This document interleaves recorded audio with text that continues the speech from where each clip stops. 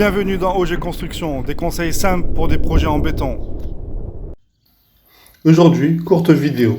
On va voir une pratique malheureusement courante. Quand on construit en limite de propriété, il y a une règle de base à respecter. On ne dépasse pas chez le voisin, surtout avec les structures de fondation.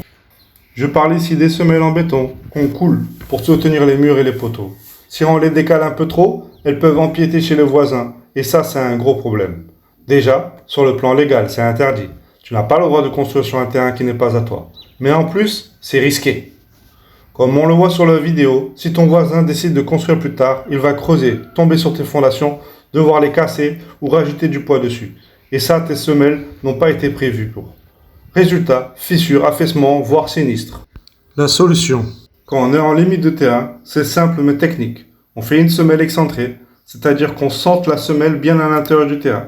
Le poteau se retrouvera donc sur l'extrémité de la semelle. Mais comme le poteau n'est plus au milieu de la semelle, il faut rééquilibrer les efforts. C'est là qu'interviennent les longrines de redressement. Ce sont des poutres en béton armé qui vont répartir les charges correctement entre la semelle et le bâtiment. C'est plus de travail, mais professionnel et propre. Et surtout, c'est stable. Et en prime, ça respecte la loi. En bord de terrain, il vaut mieux construire intelligemment que de devoir tout refaire plus tard. Si tu veux construire en toute sécurité, construis intelligemment et ne fais pas de petites économies à tout ce qui touche tes fondations et la structure de ton bâtiment.